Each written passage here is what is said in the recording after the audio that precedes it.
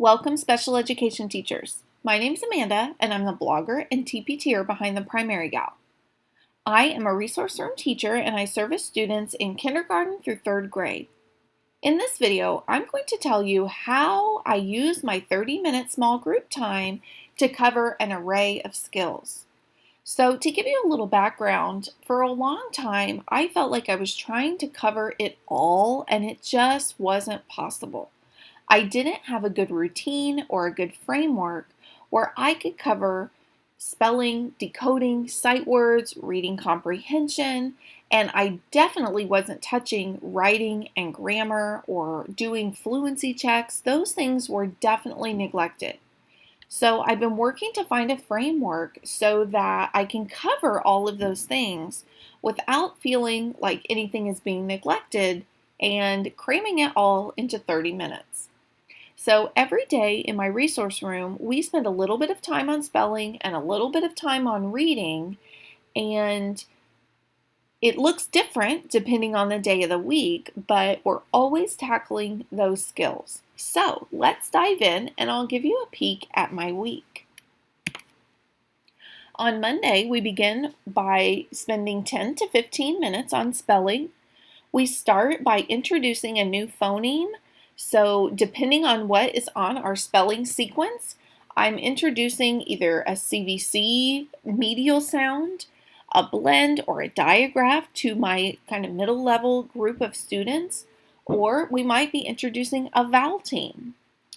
Whenever we introduce that, I usually give them the first word. So using the vowel team's word list there, I would give them the word eat, and I usually use my blending board and I spell out the word. EA would be on one card because it's one sound, followed by the letter T, and we would blend it together, eat. And then I would give them their letter tiles and say, all right, my friends, if we have the word eat, what can we do to our word to spell the word neat? And we move on from there. We spell the word neat. I'm walking around the table to make sure that they have that correct, and then we write it in our agendas. Then I'll ask them to change one letter and spell the word meat. And they change one letter with their letter tiles and write it in their agendas. I might ask them to change another letter and spell the word mean. And they would change one letter and write it in their agenda. We do that for about 10 to 15 minutes. With my first graders, I don't have them write these words in their agenda, honestly, because it's just time consuming. For my second and third graders, though, their classroom teachers have them use those spelling words for their homework or for reading stations. So it's important for them to have those written in their agendas. For my younger ones, they don't utilize it in that way, so we don't spend the time on it. So you can use that piece kind of at your discretion. Do you think it's important? I also have some word lists that sometimes, if we're short on time, I just have a printed word list that we staple in their agenda. After we finish with our spelling words, then we move on to reading, and we spend about 15 to 20 minutes, and that is all in our leveled reader. What I love about that is the leveled reader covers so many skills, and it's kind of a one-stop shop. So on the left-hand side of our leveled reader, we cover decoding, high-frequency words. We read a reading passage 3 times and answer some questions or talk about a reading skill. And so with that, what I love about it is if spelling takes a little bit longer, that's okay. We may not get to all the components of our reading book, but most days we can get through all of the things in our reading book. On Mondays, we also work on writing sentences. So we have some scrambled words and we have to put them in an order that makes sense. And it has to start with a capital letter and end with a period. We also introduce a grammar skill. With this, it's a spiral review. We have the same skills that spiral throughout the series. And we just work on kind of a surface level understanding of that. And this was a skill that I thought, or this was an area that I thought would be really frustrating. But because many of my students, when things are given to them orally, they can grasp the concept, has been surprisingly well incorporating grammar into my daily routine. And then we work on sentence dictation. With sentence dictation, usually that uses the new phoneme or a phoneme that we've already practiced prior to that particular day. We also use some of our high frequency words, some words that were in our story. So it gives students a good way to practice implementing some of the skills that we have had. On Tuesday, we spend about 5 to 8 minutes on spelling. We review that phoneme. Usually I do a little review or introduction. I usually use my whiteboard, and I hold up my whiteboard with maybe 3 or 4 lines. Depending on if it's a CVC word, there would be 3 dashes or 3 lines, and I might put an O in the middle because we're practicing short O. Or I might put an A in the center line to show we're practicing CVC words with a short A sound. And that way we can stretch those words out together, and it kind of helps them to be self-checking, and they know that they're right. They don't have 4 letters if we're spelling a CVC word. And they use their letter tiles for that. After we work on spelling, we spend 22 to 25 minutes, depending on what is left, working on our leveled reader. So once again, we utilize our leveled reader to cover decoding, comprehension, sight words, reading those passages, but we also work on correcting sentences and using our grammar skill for writing. So in the picture that's on the left, their writing or their grammar skill for that week was to find subjects in our sentences. So first I give them, usually I ask Siri, my Apple Watch, I say, Siri, set a timer for 3 minutes or 2 minutes, depending on what time we have or how much time is left in our small group. And I give them 3 to 5 minutes to just draw a picture. And that helps them get something kind of on paper to help them prepare for writing. After they do their writing, or after they do their picture, then we move on to writing sentences. And I ask them to try to use whatever that grammar skill is in their sentences. So for this student, she decided to write, Mrs. Wilp likes Diet Coke, and she underlined Mrs. Wilp because that's the subject. So even though she may not have a period or a capital letter on Coke, she clearly gets this concept. She has a complete sentence, and she is on the right track. Plus, she loves to draw. This was her favorite part. On Wednesday, we spent about 5 to 8 minutes on spelling. I quickly review that phoneme. I write on my dry erase board. We use our letter tiles. And on Wednesday, we also take a practice test. A lot of times I give them dry erase boards, or we also use boogie boards. They're really cool. You'll have to check them out on Amazon. And my special education director purchased those for me. But we take a practice test, and the kids then have a good understanding of how are they doing with these words. Are they too easy, too hard? Do I need to study tonight? What does that look like? And then we use the remaining time, which is usually about 22 to 25 minutes, to utilize our leveled reader, where we work on decoding high frequency words and reading comprehension. We also do a fluency check.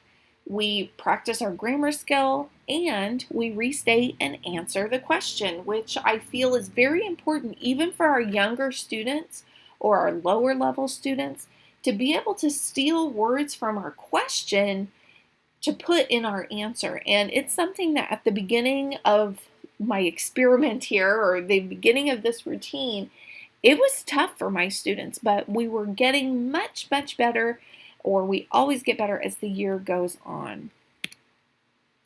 So on Thursdays, we spend about 10 to 12 minutes giving a spelling test. And with that time, some of my students are on 5-word lists or 10-word lists. For some of my students, especially those who are on a 5-word list, they can or probably could handle more words, but then that stretches longer than 10 to 12 minutes. So for example, I had a group of students who were first graders. They were working on blends and diagraphs, and they were higher level students compared to some of my others. They could have had a 10-word list, but the spelling test and the practice every day took much longer. We were taking maybe 20 minutes of our small group time practicing spelling words or taking a spelling test. So when I cut them down to only 5 words, We were still practicing that skill, but it just took less time.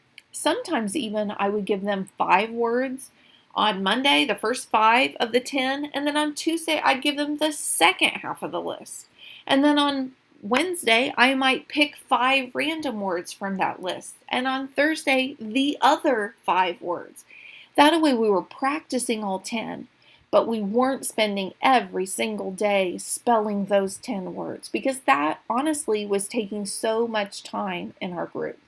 So some of my kids are on a 5-word list, some are on a 10-word list, depending on how quickly they can complete the spelling test and the spelling practice throughout the week. After we finish our spelling test, we move on to reading, where we spend about 18 to 20 minutes utilizing our leveled reader. On Thursdays, we focus on sentence corrections, we do a fluency check, and we do sentence dictation. So in this picture, this particular student, I thought he would hate to do fluency checks because it was hard. It was reading all by yourself, and you're supposed to be doing it fast. But he really, really took it as a personal goal to improve each and every time. So even if he only had maybe 20 words initially, he knew as long as I go up, as long as I keep working hard, it will be fine. He was also a perfect example. I used him a lot to model for the other students. When he did his first reading, if he didn't know a word, he was always asking, Mrs. Wilp, what's this word? So that he could get it the next time. He didn't want that word to trick him on his second reading or on his third reading. So even skills such as that, to be able to ask for help or point out, I don't know this word, it's a wonderful routine and habit to get into. On Friday, we do all of our reading and math tests, and I'm providing accommodations. So on Thursday, I don't love to give a spelling test on Thursday, but I was finding that I was so stressed out trying to fit in spelling, reading, and math. So by putting spelling on Thursday, it gave me 30 to 45 minutes to really work on reading and math tests. That way, what I was finding was I was so stressed out. It was like, come on, guys. We got to get this done. We've got to get this done. And I don't need that. The students don't need that. It's not a productive environment to be in. So I love providing reading and math accommodations on Friday. Monday through Thursday, all of my groups are strictly based on what their reading level is or what those spelling words are that they'll have. And I might pull a 3rd grade yellow group and a 1st grade yellow group at different times, but they were still working on the same reading book or spelling words.